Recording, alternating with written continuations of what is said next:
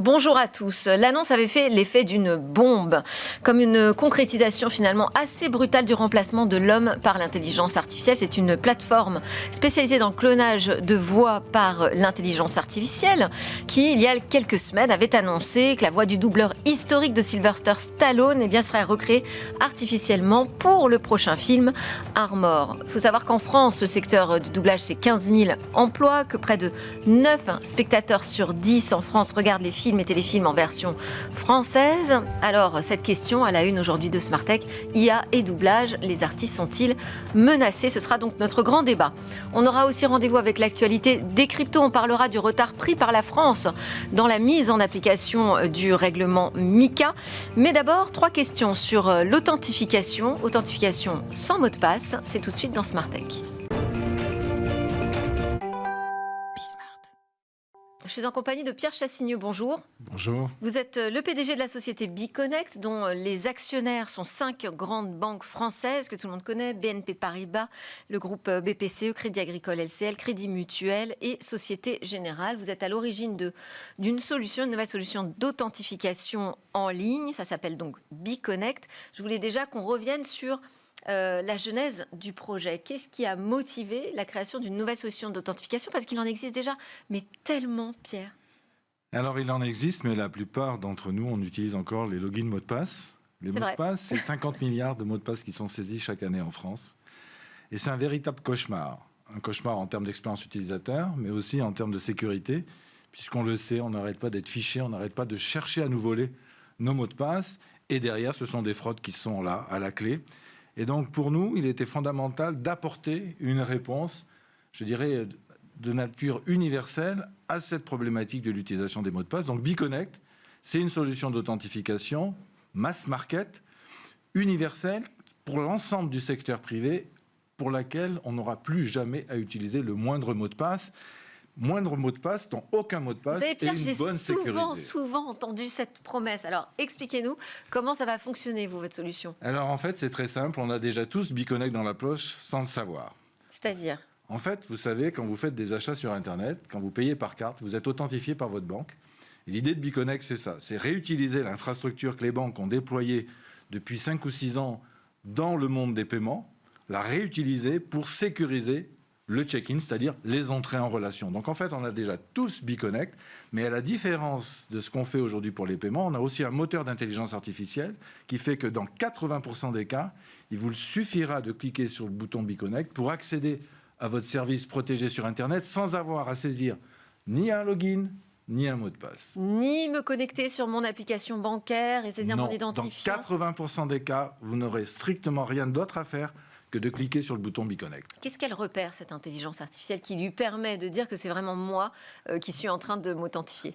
Alors, 3 cylindres sur ce moteur d'intelligence artificielle. Un premier cylindre, ce qu'on appelle l'enregistrement technique de votre device. Quand vous allez utiliser votre device, bien sûr avec votre consentement, on va enregistrer une signature numérique de votre device. Ça, c'est le premier cylindre. Deuxième cylindre, ça va être ce qu'on appelle un cookie d'authentification intelligent, ce qui va vous permettre d'être authentifié sans vous en rendre compte. Et troisième moteur, je dirais cylindre de l'intelligence artificielle, c'est ce qu'on appelle le scoring transactionnel, vos habitudes de connexion. Est-ce que vous avez l'habitude d'aller sur tel site? Est-ce que vous avez l'habitude de vous connecter à telle ou telle heure? Eh bien ça, ou est-ce que vous avez l'habitude de le faire depuis chez vous, avec l'adresse IP? Donc en fait, on va récupérer toutes ces informations, on va calculer un score de confiance, et en fonction de ce niveau de confiance, à peu près dans 80% des cas, on vous ouvre la porte, et dans les 20% restants, on passe la main à l'application d'authentification bancaire, qui de manière tellement tout à fait transparente, va vous authentifier via un Face ID ou un Touch ID, comme on le fait aujourd'hui. Mais quand on a les 5 grandes banques françaises comme ça dans son portefeuille d'actionnaires, j'imagine que ça impose une exigence de sécurité quand même maximale. Est-ce qu'aujourd'hui, on peut vraiment faire confiance à l'IA pour reconnaître qui on est? Oui, on peut faire confiance à l'IA, et c'est peut-être un peu contre-intuitif ce que je vais dire, mais on a remarqué que quand on fait confiance uniquement à l'intelligence artificielle, bien sûr, une intelligence artificielle qui est, je dirais, totalement maîtrisée. À partir de ce moment-là, entièrement dédié en fait. Entièrement dédié, hein, c'est pas de l'intelligence mission artificielle générative, hein, non, oui. c'est des réseaux de neurones, etc. C'est du machine learning. Quand on est effectivement sur ces technologies, eh bien, on a des résultats supérieurs alors que quand on est avec une action humaine. Pourquoi ? Parce qu'en fait, le maillon faible, c'est toujours nous. Et on le voit bien dans toutes les actions de phishing, c'est le social engineering. À partir du moment où on est face à une machine, eh bien, la machine, on ne peut pas, entre guillemets, la contourner. Et donc, on a des résultats, et ça c'est factuel, de sécurité plus forts quand on est avec un moteur d'intelligence artificielle plutôt qu'avec une action d'un utilisateur. Bon, et puis c'est une technologie 100% française ? C'est une technologie 100% française. Les algorithmes, vous les avez développés ? Les algorithmes, ils sont développés par nous. On est hébergé sur un cloud de confiance. Ça, c'est aussi un point très important. Vous avez entendu Thales, hein, qui a lancé il y a 3 ans maintenant avec Google la société Sens, qui sera le premier cloud de confiance, qui sera certifié par la NSSI. On est hébergé dans cette plateforme. D'accord. Lancement prévu ? Lancement prévu l'été prochain. Ok. Avec 42 millions de personnes qui pourront, dès l'été prochain, bénéficier du service BeConnect. Merci Pierre Chassigneux. Je rappelle que vous êêtre donc le PDG de cette société BeConnect. Et puis on verra ça cet été alors ensemble. Merci. Merci. Intelligence artificielle et doublage, est-ce qu'on est face aujourd'hui à une profession menacée ? Y a-t-il urgence à protéger les artistes ? On en parle tout de suite avec Françoise Cadol. Bonjour. Bonjour. Comédienne, auteure, metteur en scène. On a vu récemment au théâtre La Femme qui ne vieillissait pas, adaptation que vous avez faite du roman de Grégoire Delacour et mise en scène par Tristan Petit-Gérard.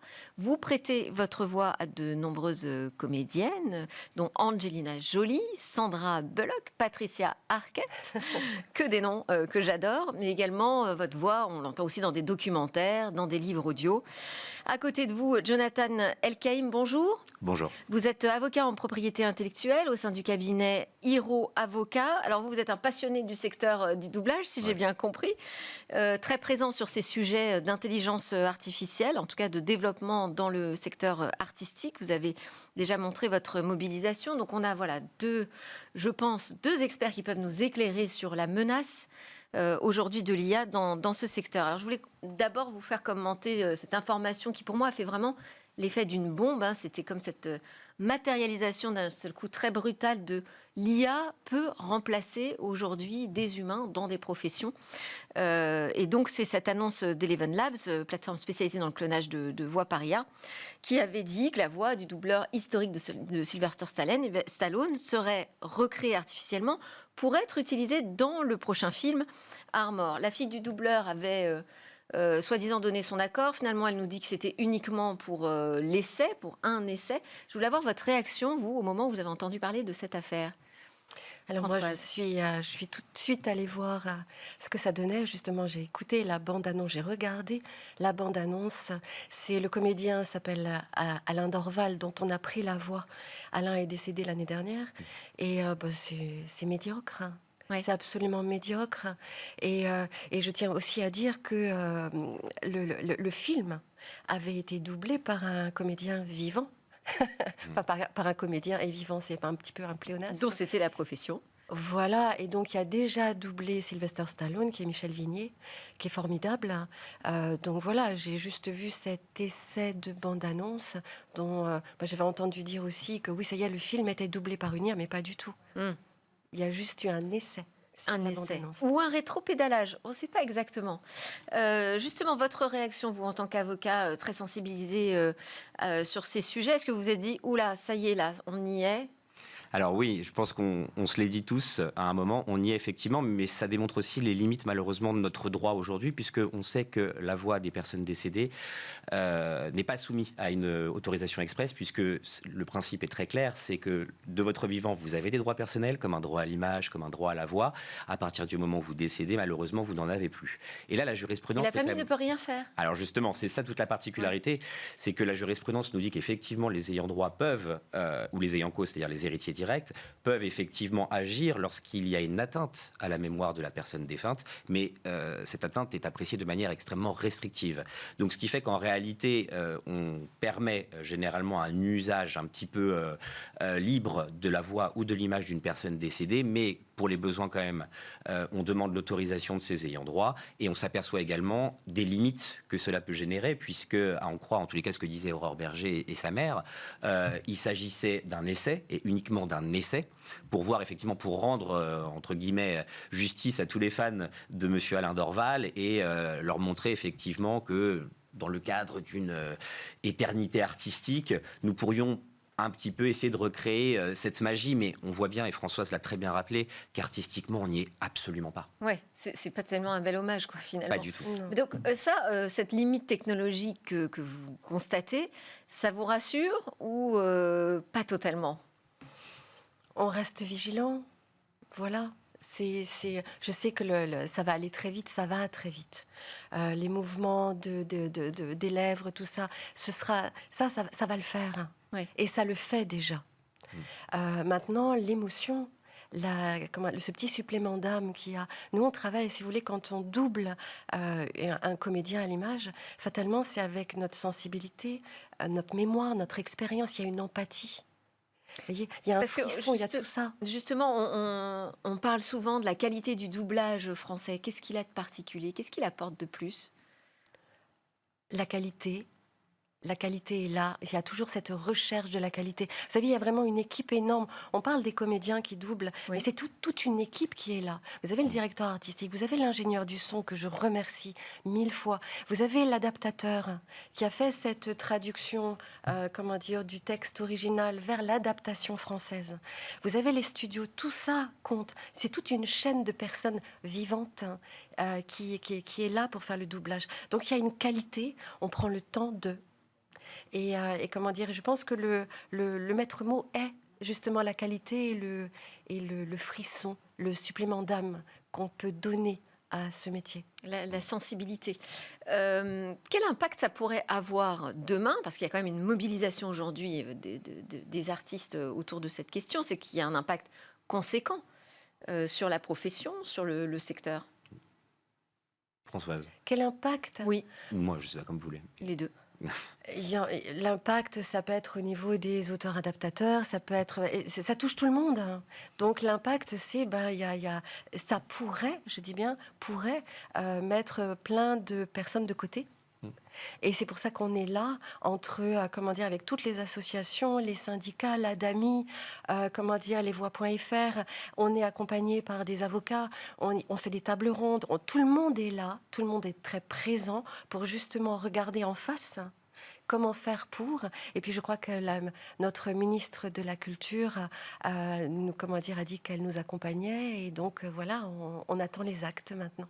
Bon, est-ce que je parlais de 15 000 emplois qui seraient menacés? Ça va au-delà, si j'entends ce que vous me dites sur finalement l'ensemble de l'accompagnement. Bien sûr, dans une séance de doublage. Mais vous savez, ça touche le doublage, mais ça touche tous les métiers de l'audiovisuel, de l'écriture, les journalistes. On dépasse, ce sont des dizaines de milliers de personnes que ça touche. Et alors, qu'est-ce qui nous manque aujourd'hui? Vous avez commencé à évoquer les limites, par exemple, pour les voix d'une personne décédée. Qu'est-ce qui nous manque aujourd'hui dans l'arsenal législatif pour protéger les artistes? Alors, je pense que déjà, on a un arsenal législatif qui est assez bien fourni. D'une part, on a d'un côté l'interprétation de ces comédiens qui est protégée au titre des droits voisins du droit d'auteur, et de l'autre côté, on a la vie privée qui encadre strictement le droit à la voix ou le droit à l'image. C'est un droit personnel. Donc, vous avez le RGPD qui est aussi présent et qui aujourd'hui constitue le fer de lance, vraiment de la défense de la voix en tant que telle, stricto sensu. En tant que donnée personnelle? Exactement, c'est une donnée personnelle biométrique, donc dite sensible aussi, donc qui est soumise à un régime très particulier. Je ne peux pas utiliser votre voix, ni celle de Françoise pour mon bon plaisir. Il faut une autorisation express, il faut que je vous informe effectivement de l'intérêt légitime que je vais avoir à l'exploiter, pour quelle finalité.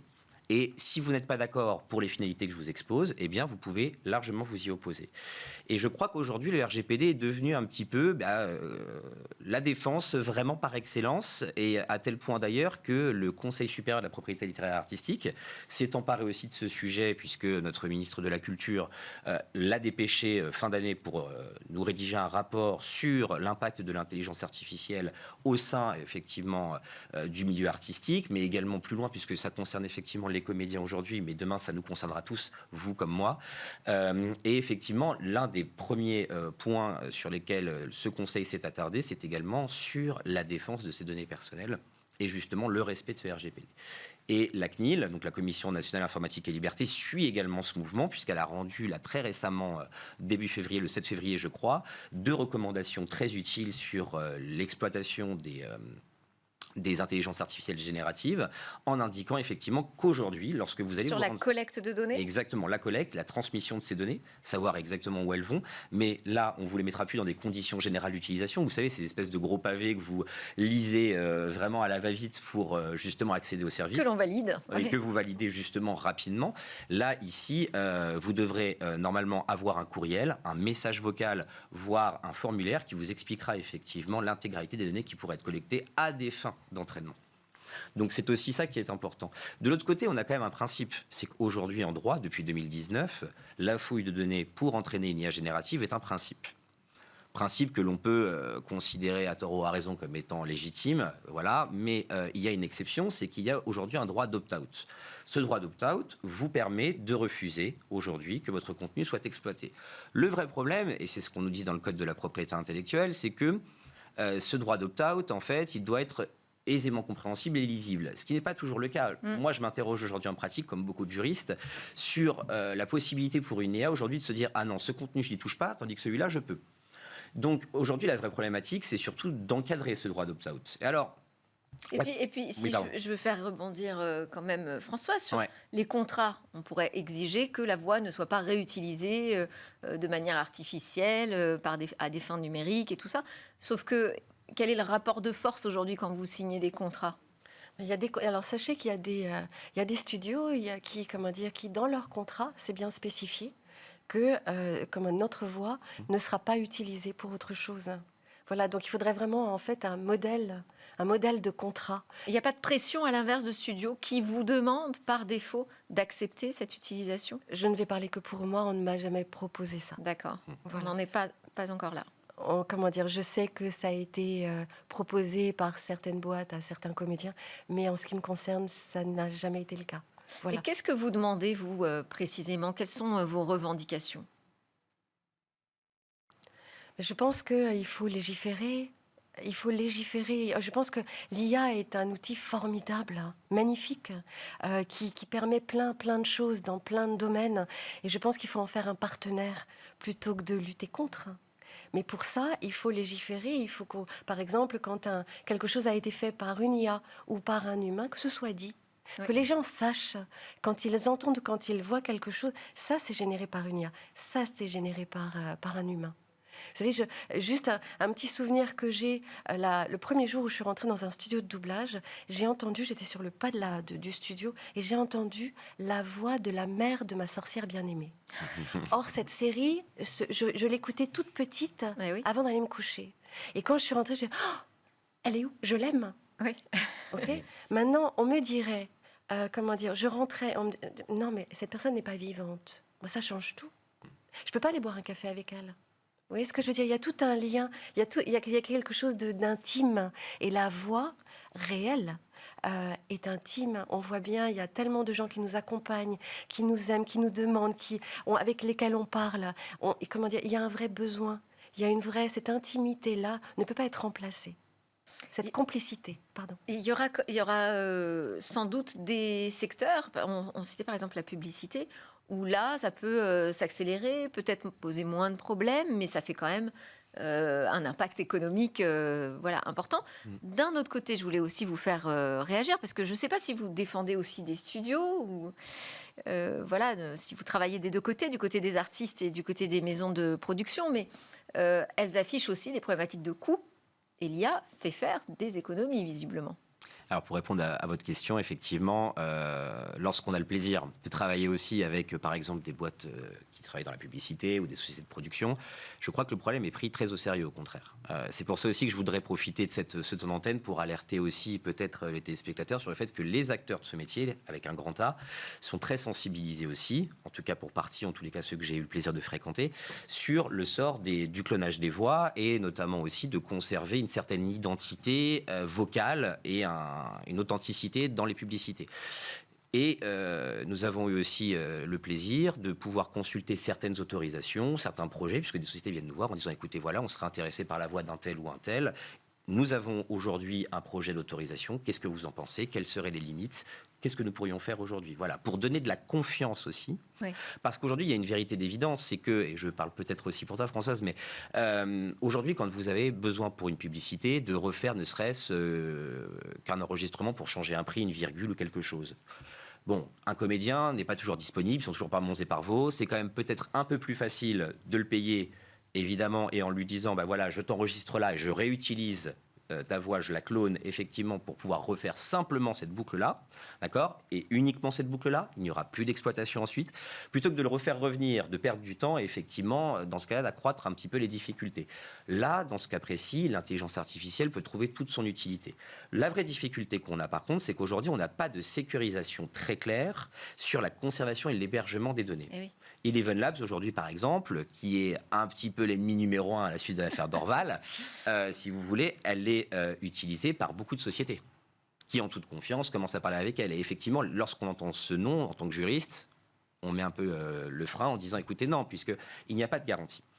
Et c'est pour ça que c'est une transition aussi toute trouvée, c'est que la Commission européenne, là, récemment, a fait un appel d'offres pour créer une espèce d'énorme registre qui doit normalement se terminer fin février, pour permettre justement de garantir le fameux opt-out dont je vous parlais tout à l'heure, et de lister effectivement celui-ci, afin de garantir que, eh bien voilà, les personnes qui ont consenti ou non à ce que leur voix puisse être réexploitée, par exemple, eh bien, soient dans ce fameux registre. Donc ça peut être important, si vous voulez, derrière, d'apporter une espèce de garantie européenne, en tous les cas, sur l'usage qu'on pourra faire et le respect du RGPD qui sera ensuite accordé. Donc on a toutes les lois nécessaires aujourd'hui pour encadrer ces usages, mais le diable se cache dans les détails. Il va falloir quand même mieux préciser les choses. Vous le disiez d'ailleurs, Françoise, l'IA, c'est un outil formidable. Voilà, on n'est pas contre par principe. Il faut aussi travailler avec, parce que c'est comment la profession peut s'emparer aussi c'est cette question peut-être qui va se poser de cet outil pour elle-même. Il y a beaucoup de travail qui est fait par rapport à ça. Comme je vous disais, il y a des tables rondes, il y a des AG. Tout le monde en parle. Il faut de la transparence et légiférer. Voilà, et ça se fait à plusieurs. Mais il faut vraiment, je pense pas, il faut, mais que l'IA soit un partenaire et même nous aide à justement à faire tout ça, à poser tout ça, à faire un cadre. Pourquoi pas? Il y a des comédiens aujourd'hui qui prêtent leur voix pour entraîner des IA. Comment vous regardez ça? Pas de commentaires. No comment. Après, il y a une liberté contractuelle. Je ne pense pas que ce soit à nous de juger cela. Chacun fait comme il l'entend. L'important, nous, ce qu'on voudrait, je pense, c'est surtout qu'il y ait une IA qui soit vraiment régulée et qui préserve ce magnifique travail qui est celui du doublage. Je pense que c'est vraiment ça le plus important. Donc, il y a une mobilisation. Touche pas à ma VF. Tout à fait. Aujourd'hui, elle rassemble combien de personnes? Vous avez l'impression qu'il y a vraiment... Écoutez, il y a énormément de personnes. Ouais. Dire là tout de suite, ça ne fait que bouger et que être évolutif. Donc voilà, tout le monde est là en tout cas. Et tout le monde avec sa sensibilité, tout le monde regarde dans la même direction. Et c'est ça qui est vraiment très bien. Il y a tout un groupe d'artistes qui est là. Eh bien, merci beaucoup, bravo aussi pour votre mobilisation. Merci Jonathan Elkaïm pour vos éclairages de Hiro Avocat, je le rappelle, et Françoise Cadol, donc comédienne et doubleuse, on dit doubleuse? Non, on dit comédien qui double, qui prête sa voix. Désolée. Je vous en prie. Merci encore à tous les deux. Merci. À suivre dans l'émission, c'est le rendez-vous des cryptos. On va regarder justement ce qui se passe du côté des règlements.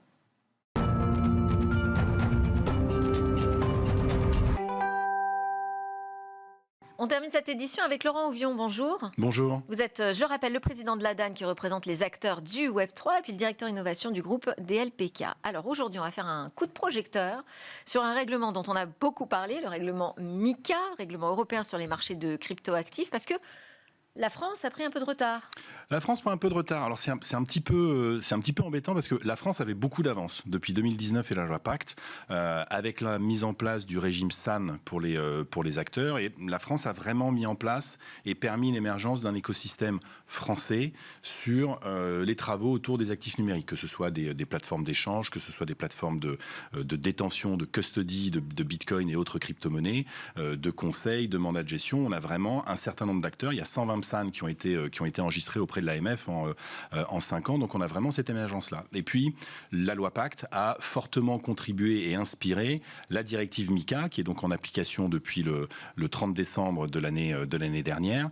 Et l'énorme intérêt de MiCA pour les acteurs français, c'est que un agrément MiCA en France qui correspond peu ou prou à l'agrément PSAN, donc on peut imaginer une certaine facilité d'accéder à cet agrément. Quand je dis facilité, c'est compte tenu des travaux qui sont faits avec les autorités de place depuis 3 ans. Et surtout, cet agrément européen permet à un acteur qui est agréé dans un des pays de l'Union européenne de pouvoir opérer dans l'ensemble des pays européens. Donc c'est un formidable accélérateur de business, de croissance et de développement pour l'ensemble des acteurs. Or, nous sommes mi-février et nous n'avons toujours pas d'acteur français qui a été agréé. C'est pas à l'ordre du jour aujourd'hui à l'Assemblée nationale ? Alors, c'est pas forcément, enfin, ça dépend pas pour le coup de l'Assemblée nationale. Voilà, la transposition a été faite. Voilà, la transposition a été faite, mais on sent du côté notamment de l'AMF un petit peu d'atermoiement en se disant, on va quand même voir ce qui se passe du côté de l'ESMA, s'il n'y a pas une interprétation des textes qui soit un petit peu différente. Et en attendant, vous avez Malte, l'Allemagne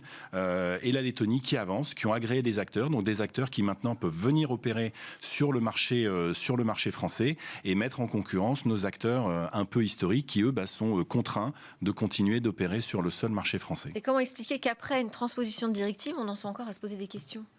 Parce qu'il y a toujours une interprétation des textes, la notion de transposition. C'est le principe de la transposition. Exactement, c'est le principe de... Je suis bien d'accord avec vous et c'est pour ça qu'on regrette, sincèrement, les travaux qui existent depuis 3 ans autour du statut PSAN avec les acteurs. Il y a énormément d'échanges entre les acteurs en France, avec l'ESMA, avec les députés européens et malgré tout, il y a une forme d'inertie. Alors, je ne parlerai pas de non-volonté parce que il y a toujours un discours volontariste de la part des autorités de régulation et de contrôle, mais force est de constater qu'il y a quelque chose qui coince et c'est dommage. Pour l'émergence du secteur d'activité, c'est quelque chose qui est un petit peu embêtant. Et très concrètement, donc pour un acteur français, PSAN, s'il veut aller sur un autre marché européen, que doit-il faire aujourd'hui ?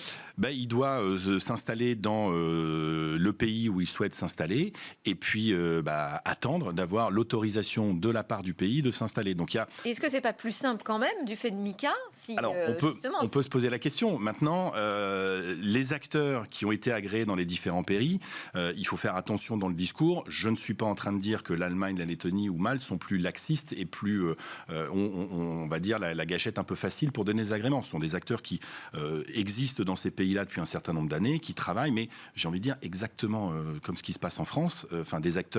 On a des acteurs qui ont plus de 10 ans, Pemium, StakingSat, Conhouse, des acteurs plus récents mais qui ont aujourd'hui pignon sur rue comme AlphaCap, Going ou Deblock qui ont été, pour Going et Deblock qui ont reçu l'agrément PSAN.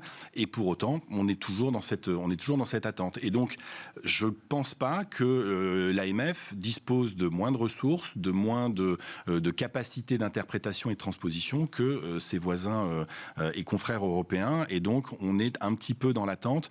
Et je ne cache pas qu'il y a une petite forme d'agacement qui monte du côté des PSAN, parce qu'à côté de MiCA, il y a tout un tas d'autres réglementations européennes qui se mettent en place. Donc, certains acteurs ont un peu l'impression de jouer le jeu depuis que le régime PSAN existe et de ne pas forcément récolter les fruits de ce travail qui a été opéré depuis 3 ou 5 ans pour certains. Parce qu'ils se sont pliés aux contraintes bien avant le règlement européen et aujourd'hui, ils n'en tirent pas les bénéfices. C'est bien entendu. Merci beaucoup, Laurent Vion, de nous avoir expliqué cela. Je rappelle que vous êtes le président de l'ADAN. Merci à tous de nous avoir suivis. C'était Smart Tech aujourd'hui. Beaucoup de débats très différents, comme on aime. Dans Smart Tech, on traite vraiment de tous les sujets, de tous les secteurs. À très bientôt.